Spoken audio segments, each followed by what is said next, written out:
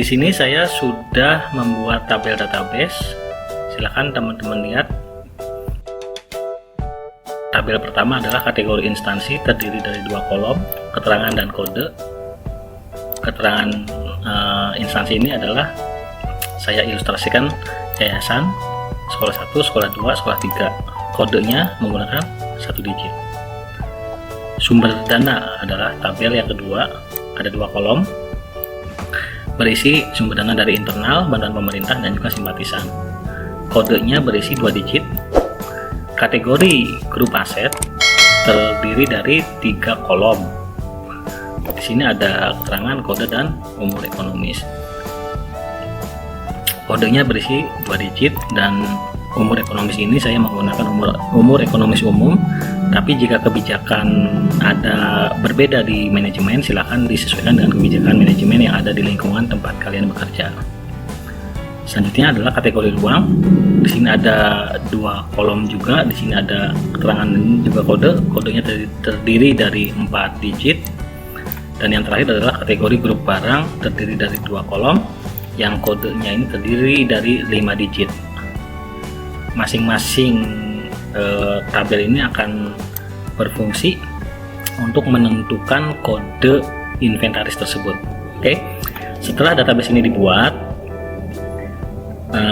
setiap tabel harus kita beri nama nih untuk memudahkan kita dalam bekerja, yang biasa disebut dengan define name. Nah, di sini saya menggunakan define name yang dinamis. Kita lihat di formula name manager. Di sini saya sudah membuat rank dinamisnya. Saya tidak akan ulas pada video ini karena saya sudah ulas di video yang sebelumnya tentang membuat define name dinamis dan juga data validasi list. Silahkan ditonton videonya, ada linknya di deskripsi. Jadi setelah membuat database, kemudian dibuatkan nama rank yang dinamis. Nah, oke. Setelah itu langsung kita ke transaksi nih.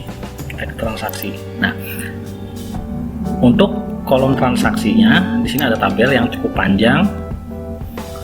Saya pisahkan warna di sini. Yang putih ini kita isi, yang abu-abu ini udah saya terapkan rumus nanti sehingga akan terisi otomatis.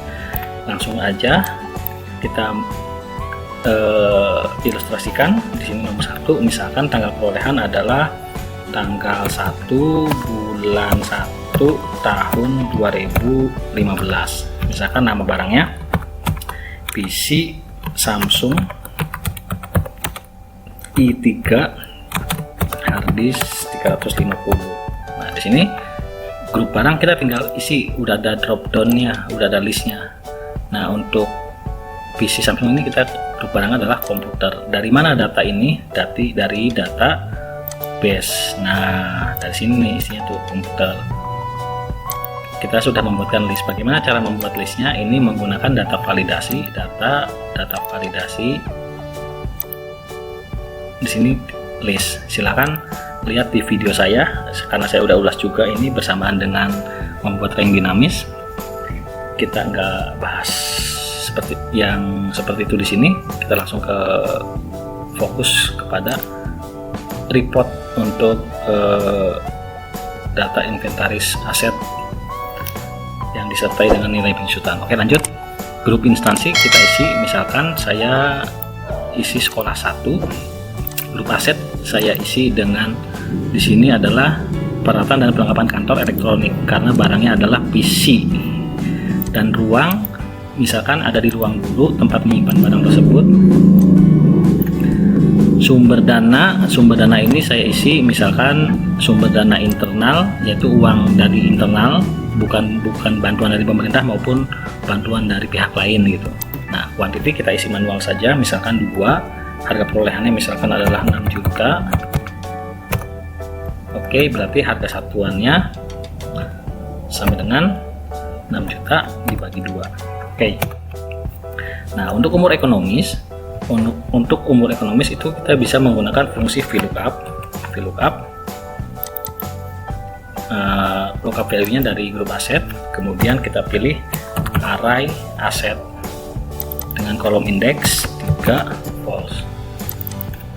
Nah teman-teman, kalau belum membuat define name atau nama rank, array aset ini tidak akan bisa diterapkan karena harus kita buat dulu define name nya. Makanya silakan supaya lebih jelas ditonton dulu tuh video pembahasan tentang define name. Oke, kita lanjut ya. Di sini umur ekonomisnya 4. Penyusutannya adalah kita juga bisa menggunakan fungsi VLOOKUP juga, sama dengan VLOOKUP, sama seperti yang tadi, array aset 3 false. Nah, sebelumnya tinggal kita tambahkan di sini ada harga perolehan dibagi 1,5 juta. Sementara akumulasi penyusutan itu adalah jumlah penyusutan selama berapa tahun gitu yang sudah kita susutkan, itu akumulasi penyusutan. Nah, kita lihat dulu nih, sejak barang ini datang atau dibeli hingga saat ini sudah berapa tahun. Kita lihat di sini berarti menggunakan fungsi dative. Oke, kemudian now.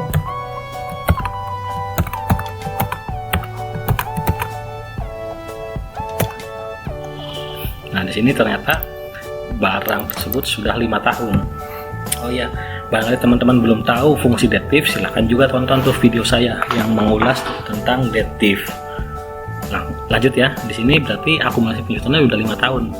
Kita belum kepada nominal ya. Kita ingin tahu dulu berapa lama barang tersebut ada di kita gitu. Ternyata sudah 5 tahun. Padahal umur ekonomisnya 4 tahun. Berarti ini harus kita batasi dulu nih, kita sesuaikan sehingga tidak boleh melebihi dari 4 tahun gitu kan.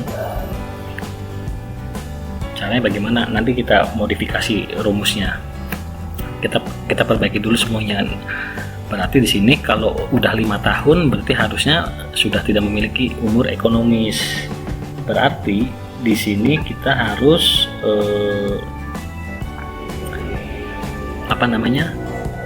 mengurangi nih.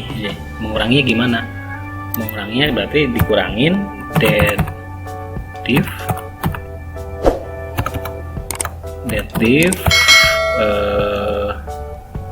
sebentar, dative start ini ya, ini kemudian now, kemudian y. Nah, di sini min 1 karena apa? Sudah 5 tahun, berarti kita harus batasi, nggak boleh melebihi dari 0 nih nilai umur ekonomisnya, berarti nggak boleh min, maksimal adalah 0. Berarti kita harus batasi dengan fungsi logika if fungsi tadi lebih besar dari sama dengan lebih kecil dari sama dengan 0, maka 0. Selain itu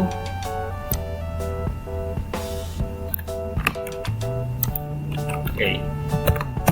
Nah, itu lihat umur ekonomisnya sudah benar sekarang. Jadi kalau lebih dari 4 tahun atau sama dengan 4 tahun akan 0. Umur ekonomis di sini adalah umur pakai barang tersebut gitu kan. Jadi ketika umur ekonomisnya sudah hilang, sudah habis, nggak ada, berarti di sini sudah tidak memiliki nilai ekonomis. Nah, selanjutnya kita uji dulu ya, dari 2015 kalau kita ganti 2018. Oke, umur ekonomisnya berarti di sini lihat 2 tahun lagi. Jadi umur ekonomis di sini adalah umur ekonomis yang tersisa. Nah, sekarang kita bikin untuk penyusutan. Nah, penyusutan ini juga kalau misalkan nilai ekonomisnya sudah 0, maka nilai penyusutan pun harus 0. Jadi kita harus isi dengan 0. Kita batasi saja ya dengan fungsi logika juga if. Nah, ini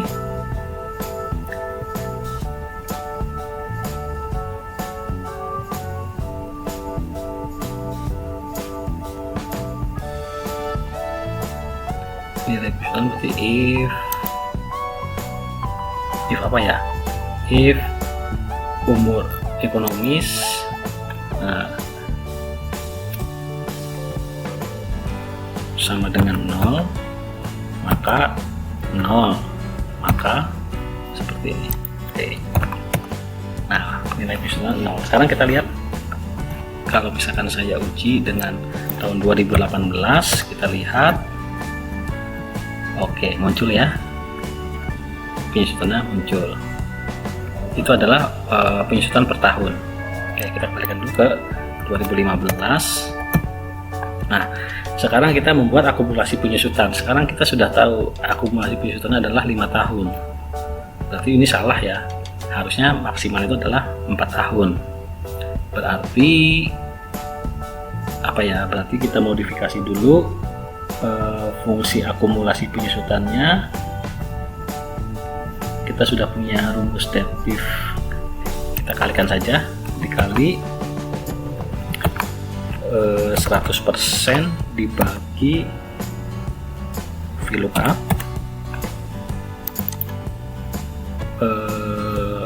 mana nih? Oh ini array aset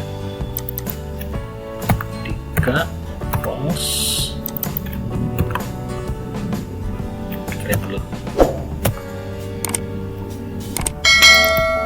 Oke. Nah, berarti kita pakai rumus if lah, kalau gitu. If bentar, ini harus dikali dulu ya, dikali VLOOKUP, berarti dikali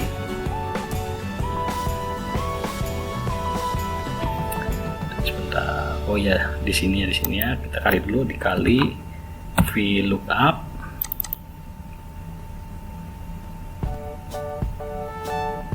bukan dikali harga perolehan, berarti kita lihat dulu ya. Nah, ini kan udah ada nominal nih, ini salah ya. Kenapa harga perolehan 6 juta kok bisa disusutkan sebanyak 7,5 juta? Berarti kita harus perbaiki nih, harus kita batasi. Cara membatasinya kita tambahkan fungsi logika lagi, if deductive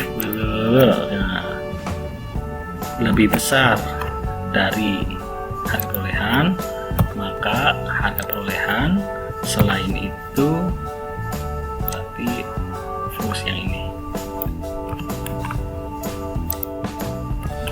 Kita tutup. Oke.